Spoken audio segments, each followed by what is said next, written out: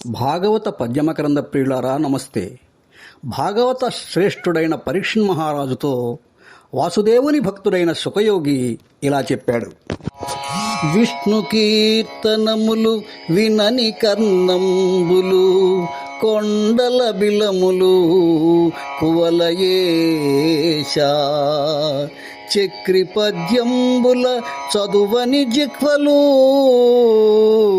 కప్పల జిహ్వలు కౌరవేంద్ర, శ్రీమనోనాదు నీ క్షింపని కన్నులు, కేకి పించాక్షులు కీర్తిదయిత, కమలాక్షు పూజకు కాని హస్తంబులు, శవహస్తంబులు సత్యవచన, హరిపద తులసీదళామోదరతి లేని ముక్కు పంది ముక్కు ముని చరిత్ర, గరుడగమను భజన గతిలేని పదములు, పాదపముల పాద పటలమనగా,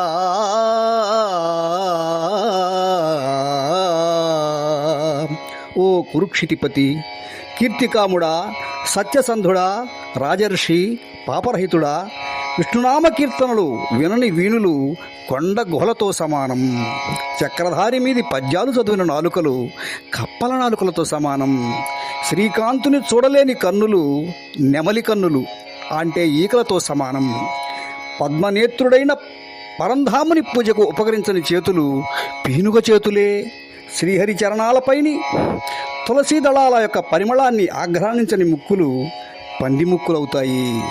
ఆ గరుడవాహనుని సేవకు వెళ్ళలేని పాదాలు చెట్లవేళ్లతో సమానం. ఒక్క మాటలో చెప్పాలంటే విష్ణు పరంకాని శరీర అవయవాలు వ్యర్థాలు, అధమములు అని చెబుతాడు సుఖయోగి.